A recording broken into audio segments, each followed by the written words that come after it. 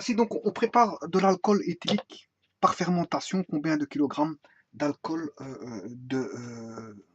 à partir combien de kilogrammes d'alcool à partir de 2000 kg de glucose préparé peut-on préparer comme voilà, on cherche combien de kilogrammes d'alcool peut-on avoir si on prépare à partir de 2000 kg de glucose.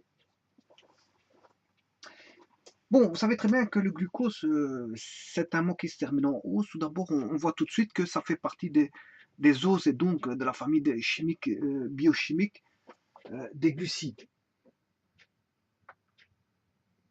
Alors, le mot glucose vient du mot grec glucos, qui désignait auparavant donc les vins doux ou liquoreux. Donc, on comprend tout de suite que la fermentation du sucre donnait de l'alcool.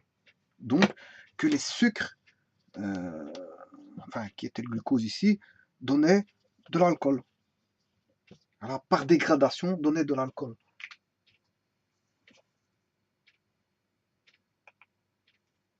Il pouvait donner, voire même le mout. Hein. Donc, on voit bien qu'on est en présence de sucre, vu le suffixe. Ouais, parce qu'avant c'est préfixe et après c'est suffixe.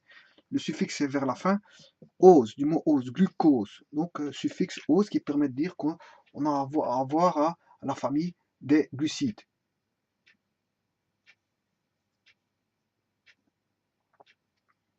Voilà. C'est ce qu'on appelle aussi un monosaccharide. Hein. Voilà. On sait bien que, je l'ai vu au précédent, dans une des vidéos précédentes, il y a ce qu'on appelle la présence d'un composé carbonyle, voire vidéo précédente. J'ai vu dans des vidéos, il y a un composé carbonyle. Donc, on a affaire à un aldéhyde qui est une ose, ou ce qu'on appelle une aldose. Une aldose qui est un, et en même temps, ici c'est un sucre, le glucose c'est un sucre acide carbone, donc un exose, donc c'est un aldose, ou je dirais même plus un aldo, on pourrait dire aussi un aldo exose, aldo exose. Bon maintenant,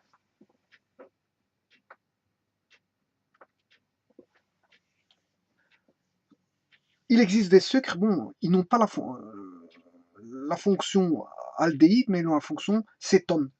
Et là, on parle de cétose. Voilà. On peut avoir des sucres aldoses ou des cétoses. Voilà. Alors, sachez que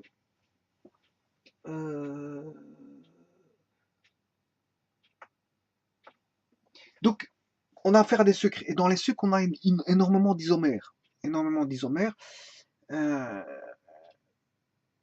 Il y a l'isomère D, hein, qu'on appelle les dextroses. Lui, il est très répandu dans le milieu, donc on va dire naturel. Tandis que l'isomère L, D, c'est dextrogir. Hein. Ouais, ils sont, comment est-ce qu'on appelle ça?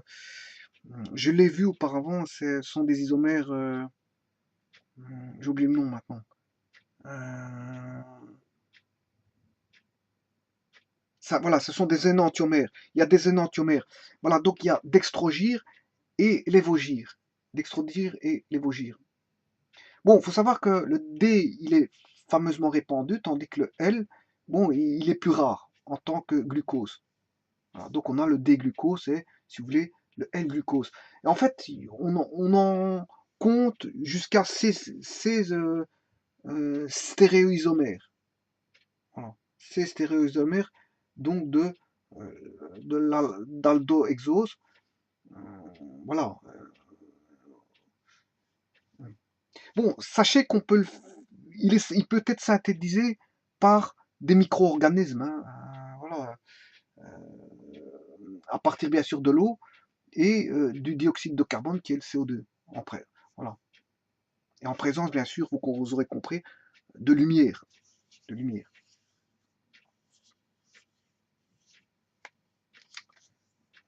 Voilà. C'est grâce à la photosynthèse.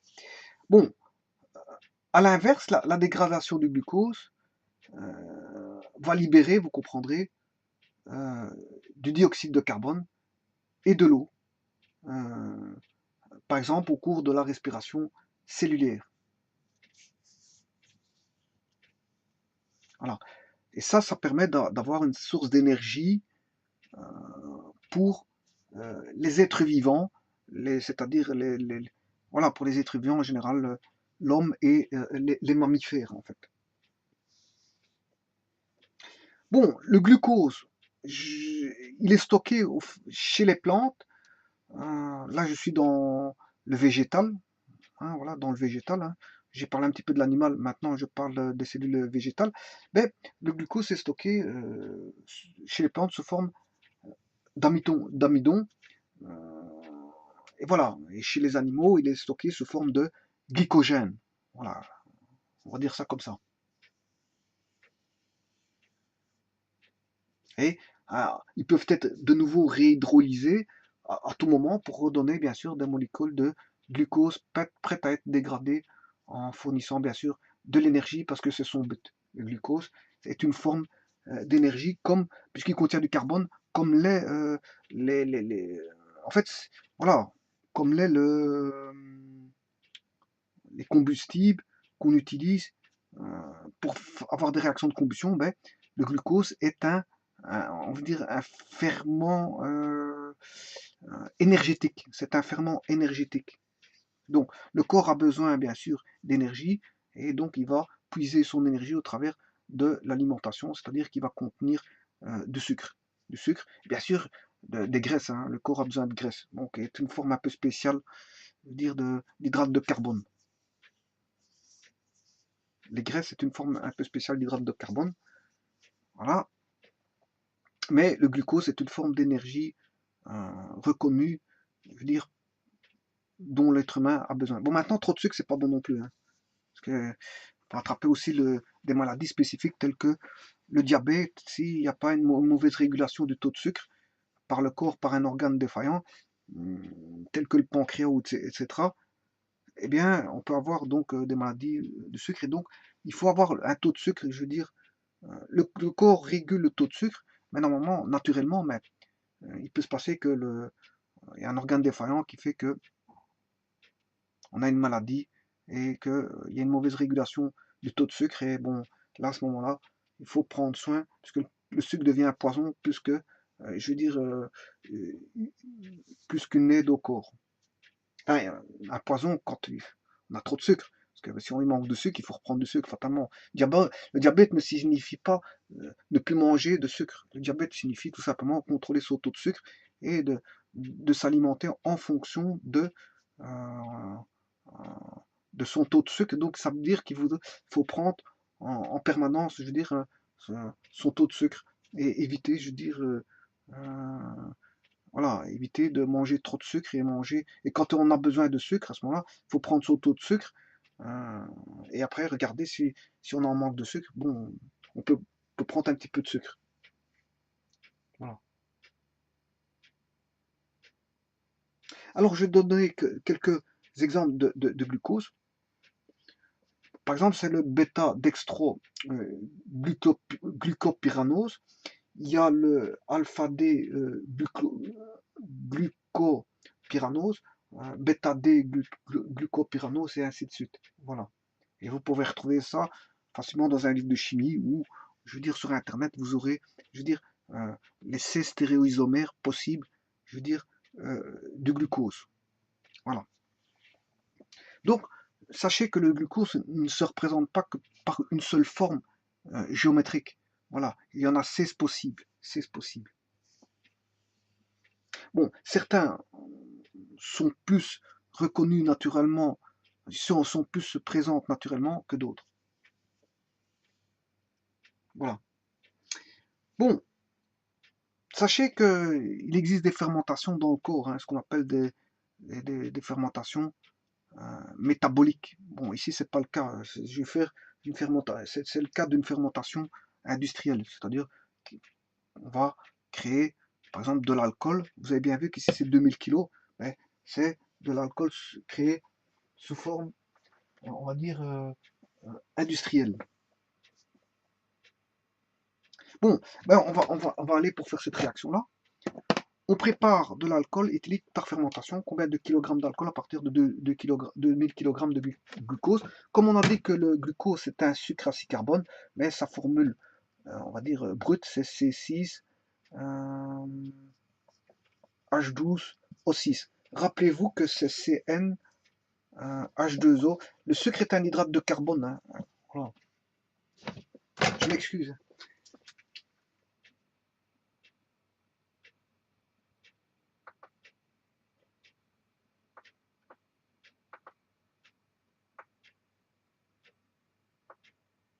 Voilà. Je m'excuse. Voilà, donc je disais, le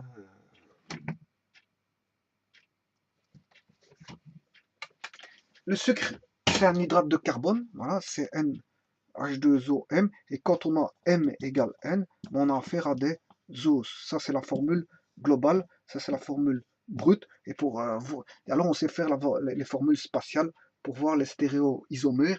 Les formules spatiales, ce sont des formules de structure au travers CRAM, où on peut avoir, CRAM qui indique, je veux dire, hein, comment est-ce qu'on appelle ça, ce qui rentre et ce qui ressort du plan et ce qui est dans le plan, CRAM, hein, et fichier, bon, c'est juste une projection qui va donner sous forme de, voilà, de parallèle ou de perpendiculaire, voilà, de temps en temps on peut avoir des obliques. Voilà, c'est une projection dans un plan. Donc on n'a plus quelque chose qui rentre, qui sort, mais c'est une projection dans un plan. Voilà, on se retrouve avec tous des segments, en fait, si vous voulez. Donc ici, M égale N, et ici, comment on en fait un glucose? Glucose, mais c'est un sucre à 6 carbone, donc M égale N égale 6, et on a la formule globale, on retrouve la formule brute. Voilà. Quant à la formule spatiale, on a Fischer et Cram, mais à ce moment-là, on a tous les isomères possibles. Et je dis qu'il y en avait quand même toute une panoplie, donc il y en avait 16. 16 stéréoisomères, donc ça me sert pas la peine de commencer à les dessiner, surtout que ils sont difficiles, si on ne les connaît pas, ils sont difficiles à les dessiner. Voilà.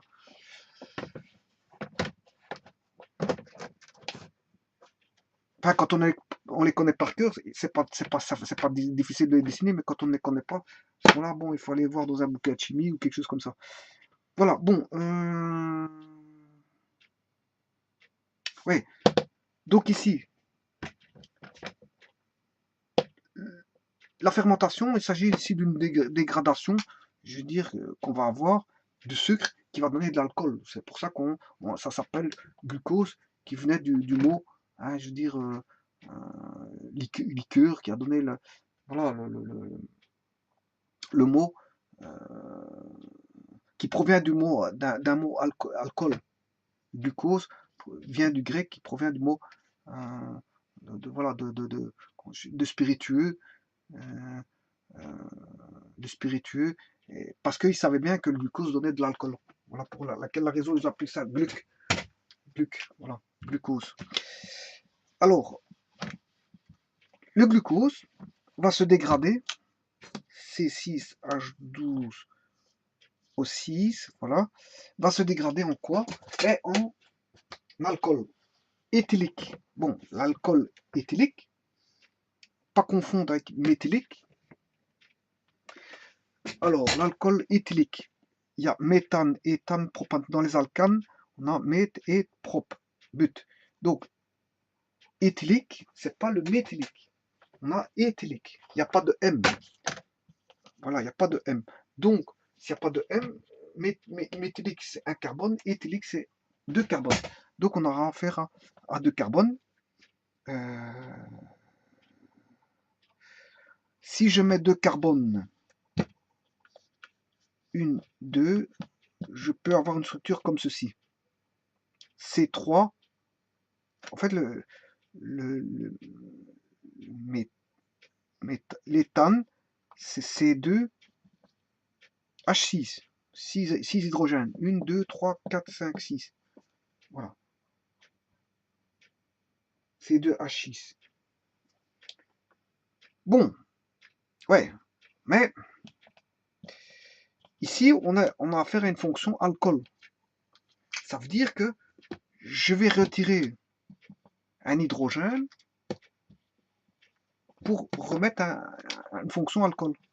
Voilà. Là, je retire un hydrogène et j'ai un alcool. Voilà. Et ça, c'est l'alcool éthylique. L'alcool éthylique, C2H5OH. Voilà. Donc, C2H5OH, et vous comprendrez que normalement, on sait très bien ce qu'il va avoir. Hein. Plus la dégradation va donner ceci.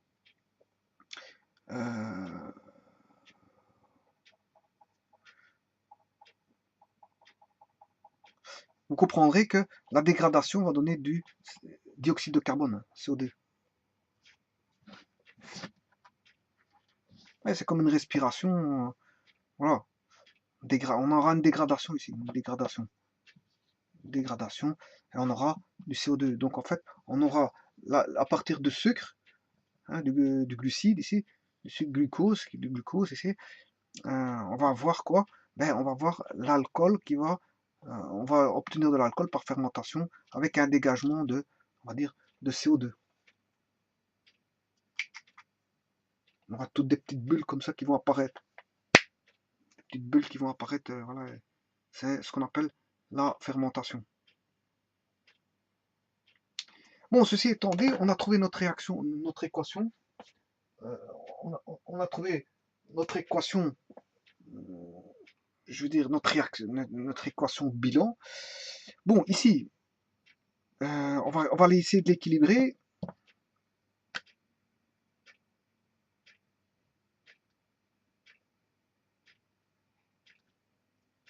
Deux oxygènes, un oxygène. Si j'en ai 6, de carbone, un carbone, j'ai 6 carbones. Je vais essayer de me baser sur les carbones.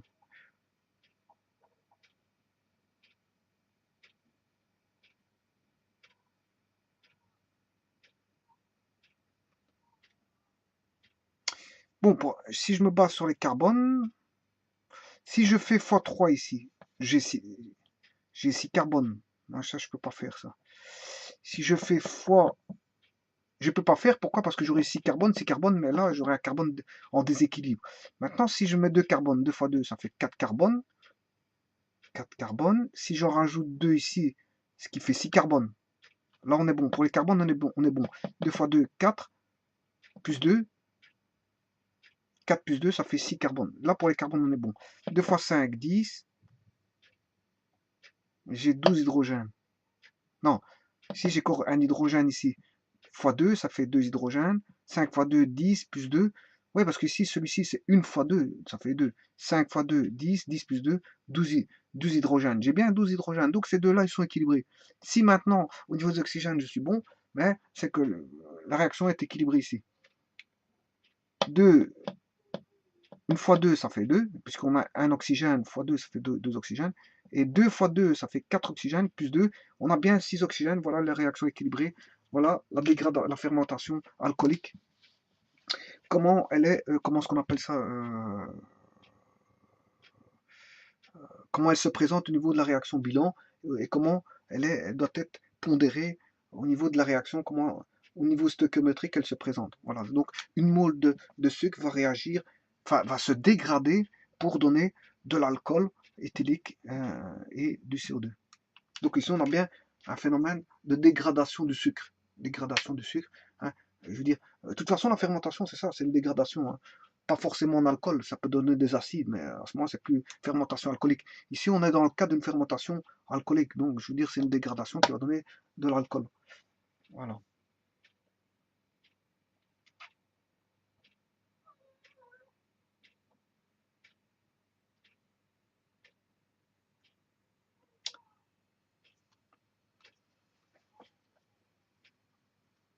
Donc ici,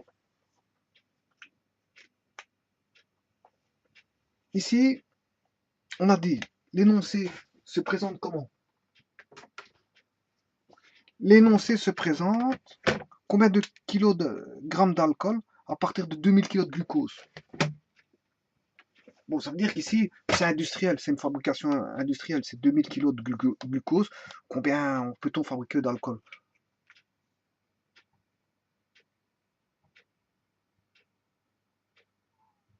Bon, N'allez pas croire qu'il faut faire x2, hein. C'est pas parce qu'on a 1 ici qui donne 2. Non, parce qu'en fait, les masses molaires ne sont pas les mêmes, hein. Là, on a une mole d'une certaine masse molaire de molécules ici, alors que là, on a 2 moles d'une certaine masse molaire de molécules qui n'est pas la même qu'ici. Donc, fatalement, on ne peut pas faire x2, hein. N'allez pas faire x2. On pourrait faire x2 si c'est les mêmes molécules, mais bon, c'est pas le cas. C'est pas le cas. Donc, voilà, n'allez pas faire x2, il faut rechercher les masses molaires. Donc ici, le carbone, c'est la masse. Une molécule, c'est 6 carbones. Une molécule possède 6 carbones. Donc, c'est la masse du carbone fois 6 atomes de carbone. La masse de l'hydrogène fois le nombre d'hydrogène dans la molécule, il y en a 12. Et la masse de l'oxygène fois le nombre d'oxygène dans la molécule. Voilà, on va calculer ça.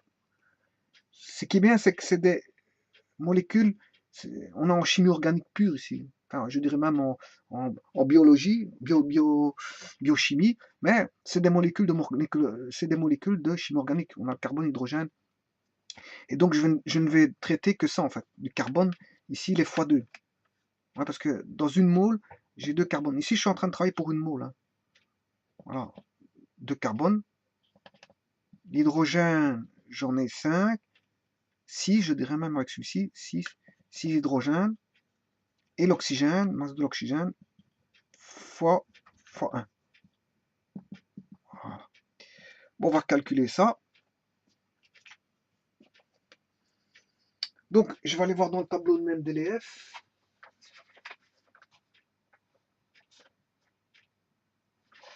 Bon, le carbone. Le carbone, il fait 12. Le carbone fait 12. L'hydrogène, 1, ça on le sait bien. Et l'oxygène, 16. Voilà. Donc, carbone, 6 fois 12. 12 fois 1.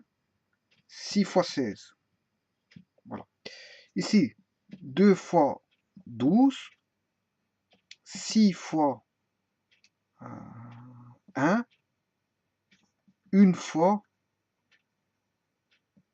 on a bien 6 hydrogènes, un oxygène, une fois 16. Voilà. Bien sûr, tout ceci, il faut faire x2 parce que j'ai pris pour une mole. Or, on a 2 moles ici. Hein. On va calculer là, avec ça. 6 fois 12, 72.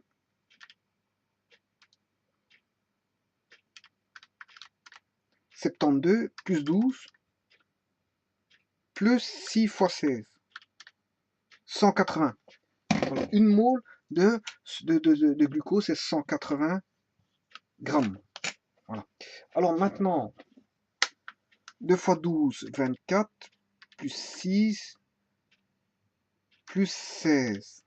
Le tout fois 2, parce qu'il y a 2 moles. Voilà, 92 grammes pour 2 moles d'alcool éthylique. 92 grammes. Voilà. Rien qu'à cause de ça, ça c'est la base. Hein. 180 grammes donne 92 grammes. 180 grammes de sucre va me donner 92 grammes de sucre. Donc vous voyez, c'est pour ça qu'il ne faut pas faire x2. Hein. N'allez pas faire x2, c'est pas comme ça qu'on fait. C'est pas les mêmes molécules. Donc vous devez respecter la pondération ici.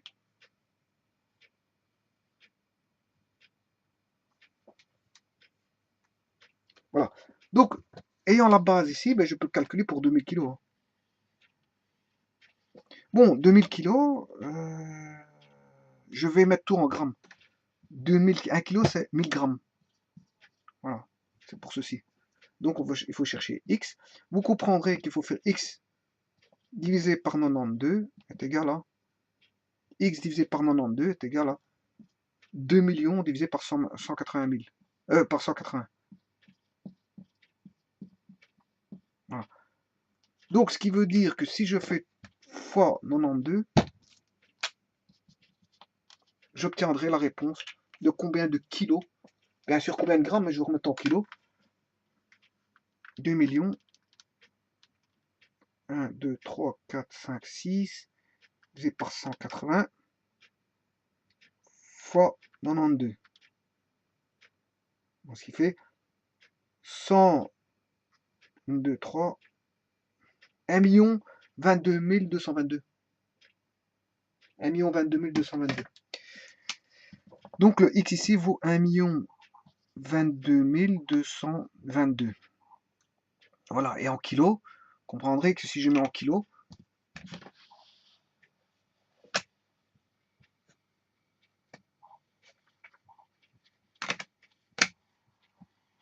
là, je remets en kilos. 200 grammes, c'est 2000 kilos. Et là, si je mets en kilos, mais c'est 1022 kilos. Voilà.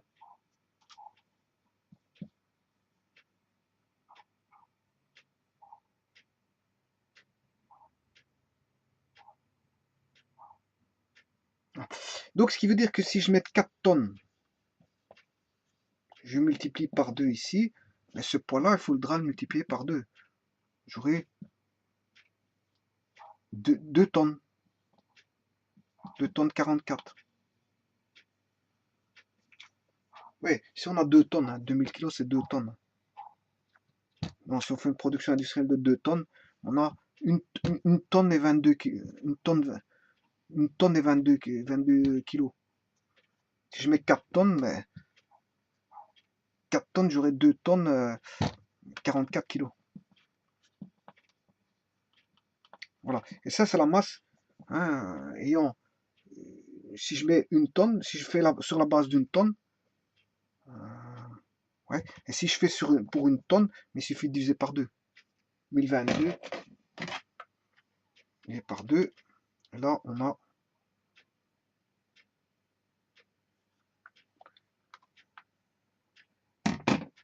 1000. Ouais. Donc si je mets 2000 kilos, j'ai 1022 kilos.